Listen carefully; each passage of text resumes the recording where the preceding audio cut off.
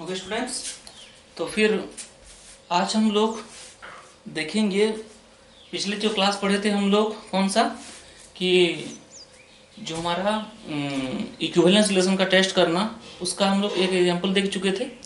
उसका और तो एग्जांपल देखेंगे आज हम लोग, और उससे फिर क्या करेंगे, हम लोग देखेंगे कि वो इक्विवेलेंस क्लास मतलब इक्विवेलेंस क्लास क्या है, उसको जानने की कोशिश करेंगे। ओके, तो आज हम लोग पहले जो इक्विवेलेंस रिलेशन जो है उसको चेक करना, तो उसमें क्या करेंगे हम लोग, उसको थोड़ा सा मतलब उस उससे रिलेटेड और दो एग्जांपल्स आज देखेंगे। ठीक है, तो पहला जो एग्जांपल है वो है जो हमारा next example example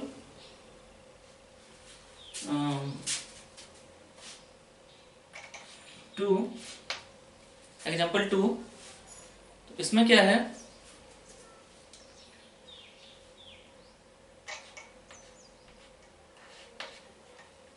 if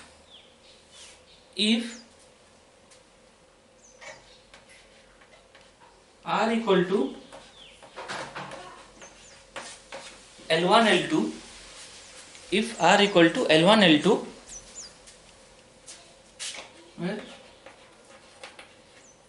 L1 is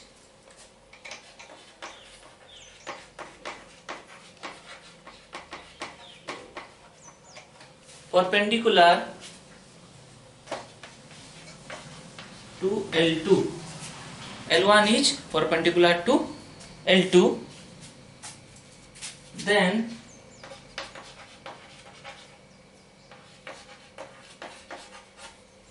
check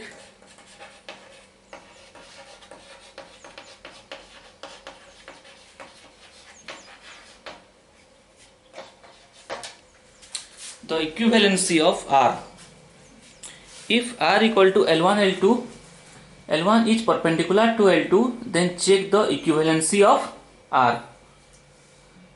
तो इसमें हम लोग जो R का जो इक्विवेलेंसी है उसको चेक करना है, मतलब हम लोग तीनों के लिए चेक करेंगे, रिफ्लेक्सिव, सिमेट्रिक और ट्रांजिटिव के लिए, तीनों के लिए। ठीक है, तो फिर पहले देखते हैं रिफ्लेक्सिव के लिए।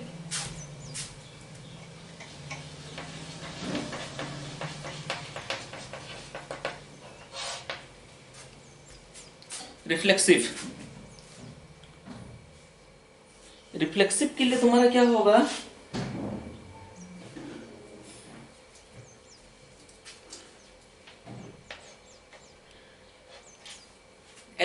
L1 जो है वो क्या होगा, R में रहना जरूरी है। इसका मतलब क्या है, if L1 is on R, तो कंडीशन क्या है, L1 L2 अगर है तो क्या है, L1 is perpendicular to L2 होगा। अगर उसमें L1 है तो क्या है, L1 is perpendicular to L1 होगा। Is it possible, L1 is perpendicular to L1? वो तो पॉसिबल ही नहीं है, क्योंकि कोई भी एक लाइन उसी लाइन को फिर से परपेंडिकुलर नहीं हो सकता है ना, कोई भी एक लाइन उसी लाइन को फिर से परपेंडिकुलर नहीं हो सकता। तो इसलिए क्या होगा, L1 is not perpendicular to L1।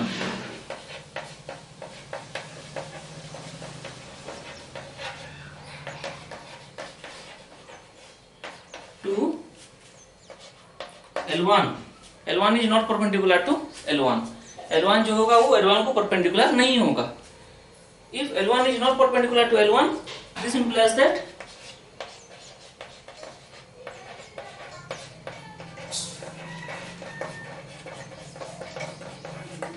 R is not reflexive ना। L1 अगर L1 को परपेंडिकुलर नहीं होगा, that means L1 जो है वो R में नहीं है। अगर R में L1 होता तो क्या होता, वो क्या होता, रिफ्लेक्सिव होता। लेकिन L1 is not perpendicular to L1, so R is not reflexive। तो हम लोग क्या करेंगे फिर से, हम लोग क्या करेंगे, रिफ्लेक्सिव जो है वो तो नहीं हुआ। अब चेक करेंगे हम लोग सिमेट्रिक और ट्रांजिटिव के लिए। तो फिर देखते हैं सिमेट्रिक।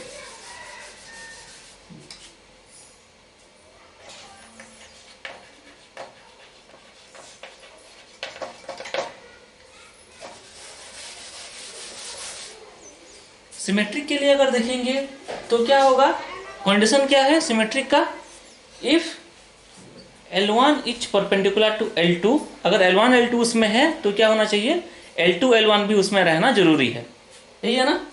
अगर L1 L2 उसमें है तो L2 L1 अगर रहेगा तो क्या होगा, जो रिलेशन जो है वो क्या होगा, सिमेट्रिक होगा। हम लोग एक को लेते हैं, let L1 L2 belongs to R। Suppose L1 L2 जो है वो R में है, ठीक है। तो क्या होगा, दिस इंप्लाइज दैट, इसका मतलब क्या है, L1 L2 अगर R में है, इसका मतलब दिया है L1 is perpendicular to L2, L1 is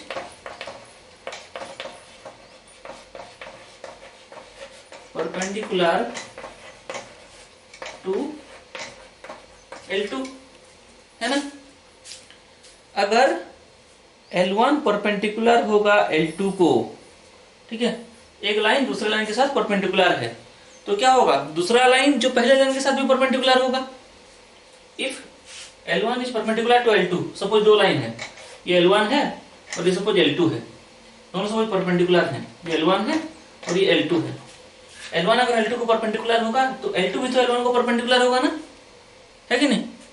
तो इसमें हम क्या कर सकते हैं, प्रूव कर सकते हैं, this implies that we can write that L2 is perpendicular to L1, है कि नहीं। L1 अगर L2 को परपेंडिकुलर है तो L2 भी क्या होगा, L1 को परपेंडिकुलर होगा। तो अगर ये होगा then this implies that L2 L1 is also in R, L2 L1 is also in R। तो अगर L2 L1 R में होगा that implies that L1 L2 R में था, ये हम लोग लिए हैं, फिर क्या मिला, L2 L1 भी R में है, इसका मतलब क्या है, that R is equivalence, sorry R is symmetric, हम लोग सिमेट्रिक के लिए प्रूव कर रहे हैं ना, sorry, so R is symmetric, तो R जो है वो सिमेट्रिक हम लोग को मिल चुका है। अभी चेक करेंगे ट्रांजिटिव के लिए, रिफ्लेक्सिव नहीं निकला, सिमेट्रिक निकला है। अभी चेक करेंगे ट्रांजिटिव के लिए। तो ट्रांजिटिव के लिए चेक करने के लिए उसका कंडीशन क्या है, सपोज L1 L2 R में है, L2 L3 R में है, तो प्रूफ क्या करना है, L1 L3 R में होगा, तभी वो क्या होगा, ट्रांजिटिव होगा। उसको हम लोग चेक करते हैं यहाँ पे, transitive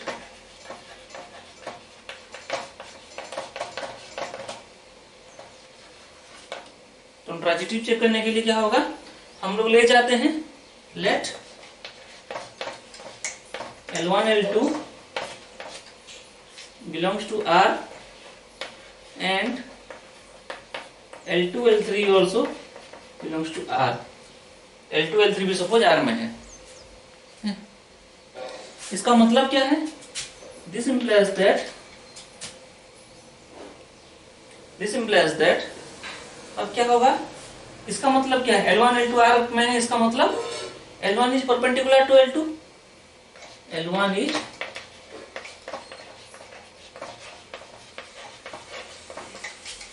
perpendicular to L2, L1 is perpendicular to L2। अब L2 L3 R में है तो क्या होगा, and L2 is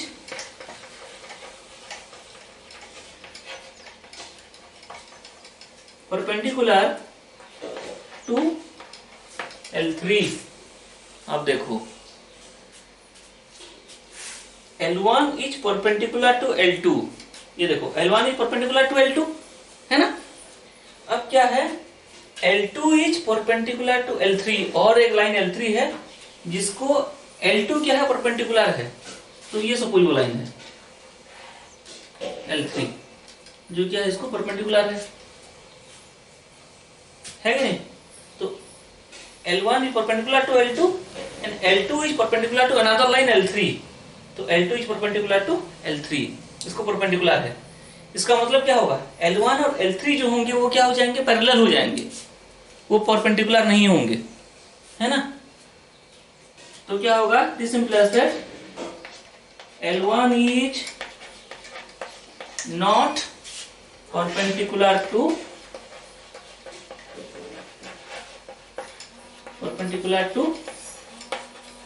L3. So L1 is not perpendicular to L3.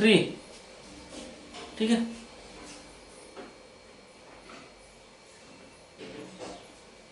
L1 is not perpendicular to L3. इसका मतलब क्या है? This implies that R is not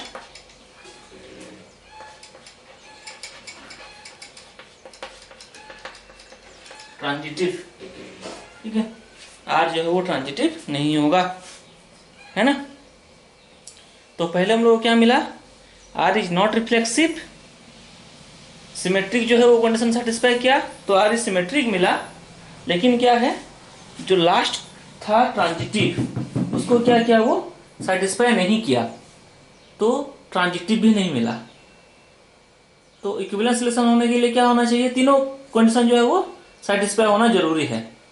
इसमें खाली दो कंडीशन सेटिस्फाई नहीं हो पा रहा है, खाली एक कंडीशन खाली सेटिस्फाई हो रहा है, वो है सिमेट्रिक. तो इसमें हम लोग लिखेंगे H R is not reflexive and transitive but only symmetric, so R is not equivalence. और इसमें लिखेंगे H R is only symmetric but not reflexive and transitive, so R is not equivalence. ठीक है, तो ये है हमारा एक एग्जाम्पल. तो हम लोग अभी क्या करेंगे, नेक्स्ट एक एग्जाम्पल देखेंगे, एग्जाम्पल 3. ठीक है,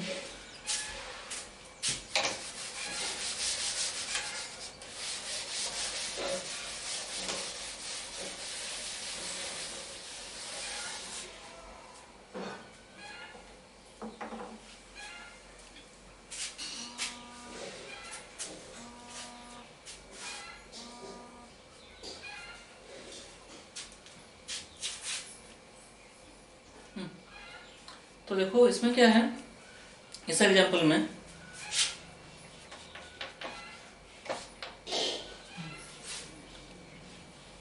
वो दिया है R is a relation, R is a relation on Z. Z मतलब set of integers. Okay, R is a relation on Z where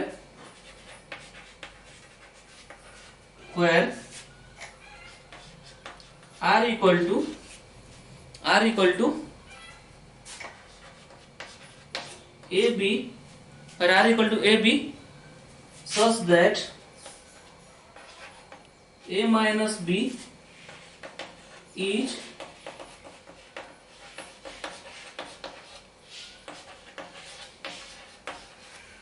divisible by 2, such that A minus B is divisible by 2.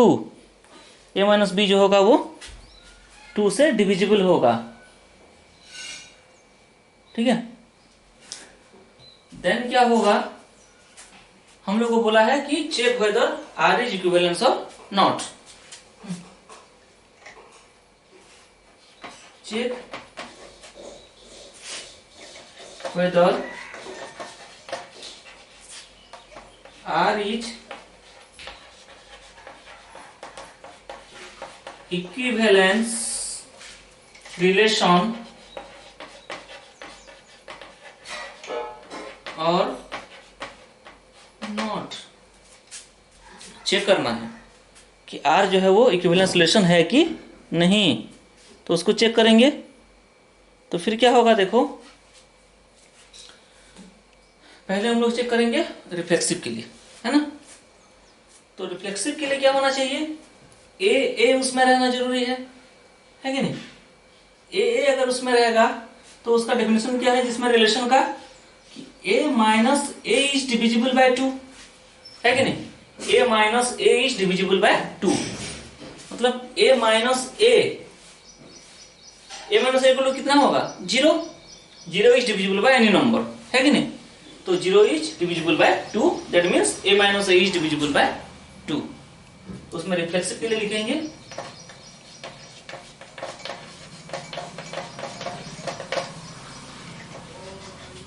क्या है, a minus a is divisible by 2, a minus a is divisible by 2. This implies that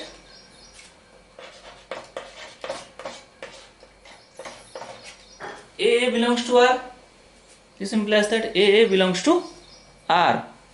और अगर a अगर R में रह रहा है, implies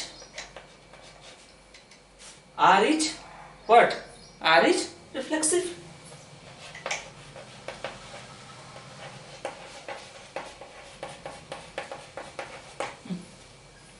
तो हम लोग को मिल गया R is reflexive। फिर हम लोग क्या करेंगे, चेक करेंगे किसके लिए, सिमेट्रिक, और फिर चेक करेंगे ट्रांजिटिव के लिए। तो पहले सिमेट्रिक वाला क्वेश्चन पहले करते हैं। तो सिमेट्रिक जो होगा वो कैसा होगा, देखो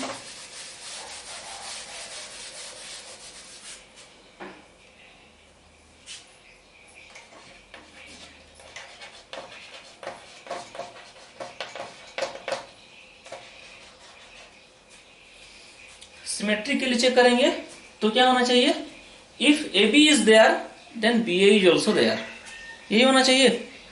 ए बी अगर उसमें है तो क्या होना चाहिए, बी ए भी उसमें रहना जरूरी है, ठीक है ना। तो देखो लेट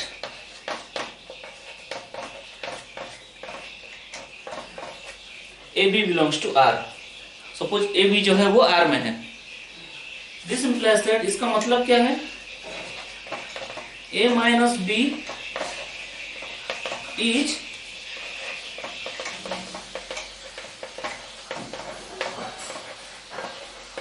डिविजिबल बाय 2, है ना, ये डेफिनेशन है ना आर का, कि अगर ए बी अगर आर में है उसका मतलब क्या है, a minus B is divisible by 2।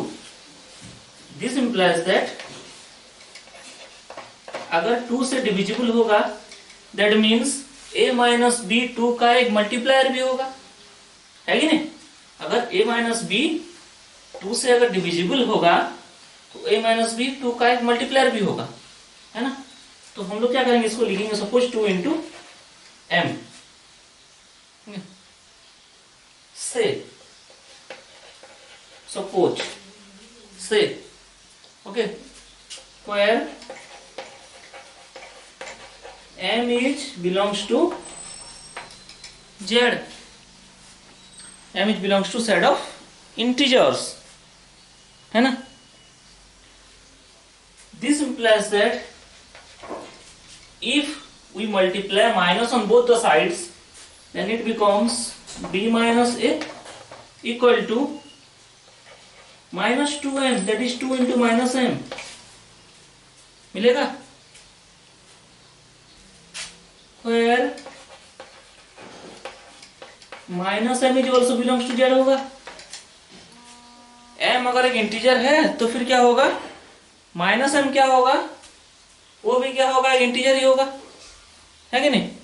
M अगर इंटीजर है तो माइनस एम भी एक इंटीजर होगा। सपोज एम इक्वल टू 1 हुआ, suppose M equal to 1, then minus M equal to क्या होगा, -1 होगा, तो वो भी एक इंटीजर है। सपोज एम इक्वल टू -2 है तो माइनस एम इक्वल टू क्या होगा, माइनस ऑफ -2 दैट इज +2, वो भी एक क्या होगा, इंटीजर होगा। तो m अगर इंटीजर है तो माइनस एम भी इंटीजर होगा। इसका मतलब क्या होगा, this implies that b minus a अगर 2 का मल्टीप्लायर है तो क्या होगा, b माइनस ए इज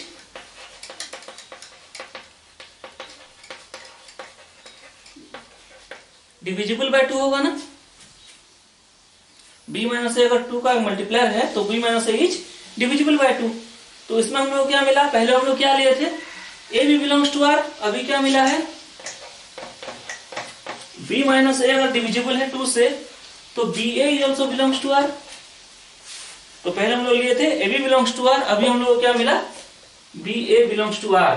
तो अगर बी ए अगर r में है इसका मतलब this implies that r is what, symmetric.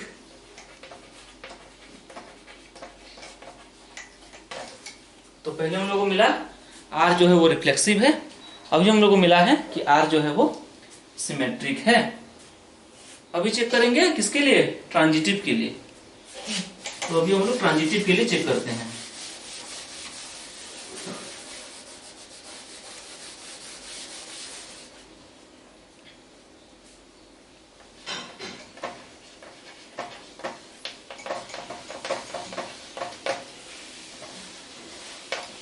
तो ट्रांजिटिव के लिए चेक करेंगे तो क्या होगा, इसमें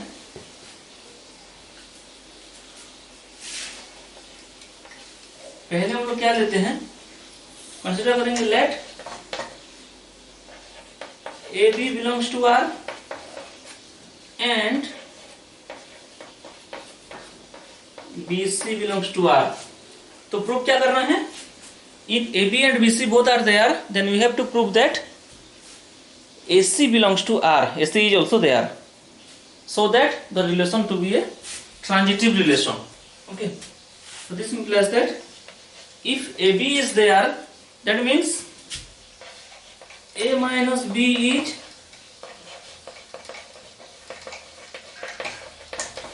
divisible by 2, and as BC is there, then B minus C is divisible by 2। यही है ना उसका डेफिनेशन रिलेशन का, इसमें वैसे ही दिया है क्वेश्चन में। So this implies that we can say that A minus B equal to suppose 2m, suppose, and B minus C equal to 2n, say where m n belongs to z, m और n जो होगा वो क्या होगा, एक integers होगा। तो हम लोग को प्रूव क्या करना है, देखना है कि a c उसमें है कि नहीं, मतलब a माइनस c जो है वो 2 से डिविजिबल हो रहा है कि नहीं। अभी देखो दोनों को ऐड कर लेंगे तो इसमें क्या होगा, माइनस बी प्लस बी जो है वो कैंसिल हो जाएगा, तो दोनों को ऐड कर लेते हैं ये दोनों को। तो क्या होगा, a minus B plus B minus C equal to, right hand side में जो है वो भी ऐड हो जाएगा 2m प्लस 2n। अब माइनस बी प्लस बी जो है वो कैंसिल हो गया, तो this implies that a minus C equal to 2 into m plus n, मिल गया 2 इंटू एम प्लस एन। इसका मतलब अगर m एक इंटीजर है, n भी एक इंटीजर होगा, तो जो सेट ऑफ इंटीजर्स जो होता है वो क्लोजर होता है। इसका मतलब m प्लस n, दो इंटीजर्स को अगर ऐड करेंगे तो भी क्या मिलेगा हम लोगों को, एक इंटीजर ही मिलेगा। That means m plus n is also belongs to z।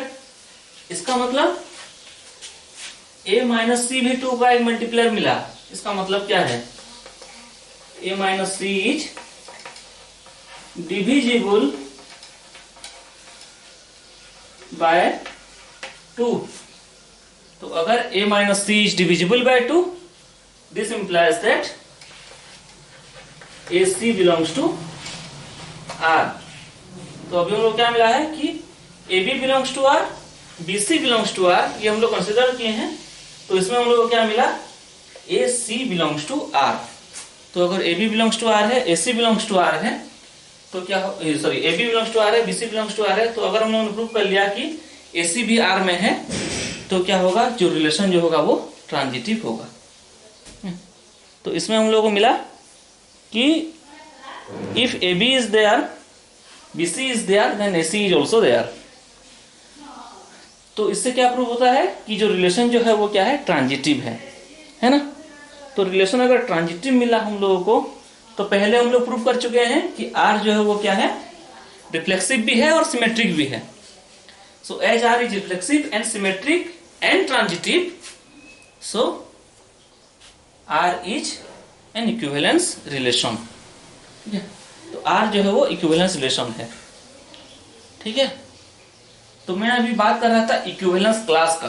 ठीक है, वो आज नहीं पढ़ेंगे, लेकिन एक तुम मतलब उसका इंट्रोडक्शन पार्ट में खाली जाएंगे हम लोग अभी। तो उसका इंट्रोडक्शन पार्ट में जाने के लिए हम लोग को ये एग्जांपल थोड़ा सा समझना जरूरी है। ये तो इक्विवेलेंस रिलेशन मिल गया। अब क्या है देखो,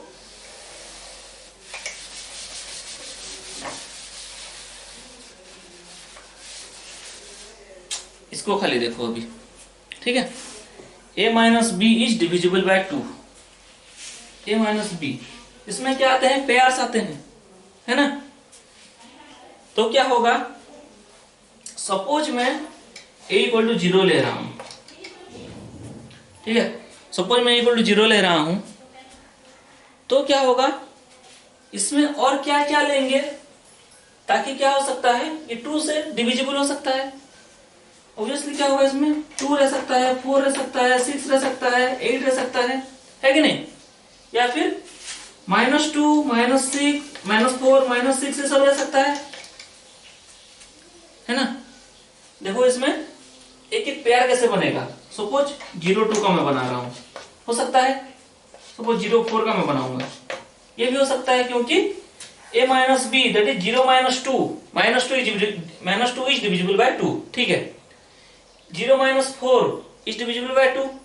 इसमें क्या होगा, देखो कोई भी एक नंबर अगर हम लोग लेंगे, -6 और सपोज +4 लिए, तो -6 -4 इज -10, तो -10 इज ऑल्सो डिविजिबल बाय 2, है कि नहीं। लेकिन अगर मैं लिखूंगा 0 and 1, ये हो सकता है, ये एक पेयर कभी नहीं हो सकता, क्योंकि 0 -1 is -1 which is not divisible by 2। क्यों, एक इवन लेंगे और दूसरा ऑड लेंगे तो क्या होगा, इसमें वो नहीं आ सकता, है ना। एक इवन लेंगे और दूसरा अगर हम लोग ऑड लेंगे तो क्या होगा, वो 2 से डिविजिबल नहीं हो सकता। अगर लेंगे तो क्या लेंगे, सभी हम लोग इवन नंबर्स लेंगे, या फिर अगर लेंगे तो हम लोग उसको क्या करेंगे, पूरा ऑड नंबर्स लेंगे, ठीक है।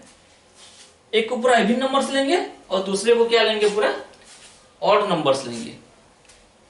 तो क्या होगा, ये जो इवन नंबर्स वाला एक पूरा ग्रुप बनेगा इसमें, है ना। और एक में क्या बनेगा, पूरा से वो जो ऑड नंबर्स वाला वो क्या बनेगा, ग्रुप बनेगा।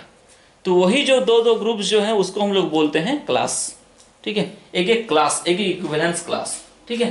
तो इक्विवेलेंस क्लास क्या है और उसको हम लोग डिफाइन कैसे करेंगे, उसको हम लोग क्या करेंगे, नेक्स्ट क्लास में देखेंगे, ठीक है।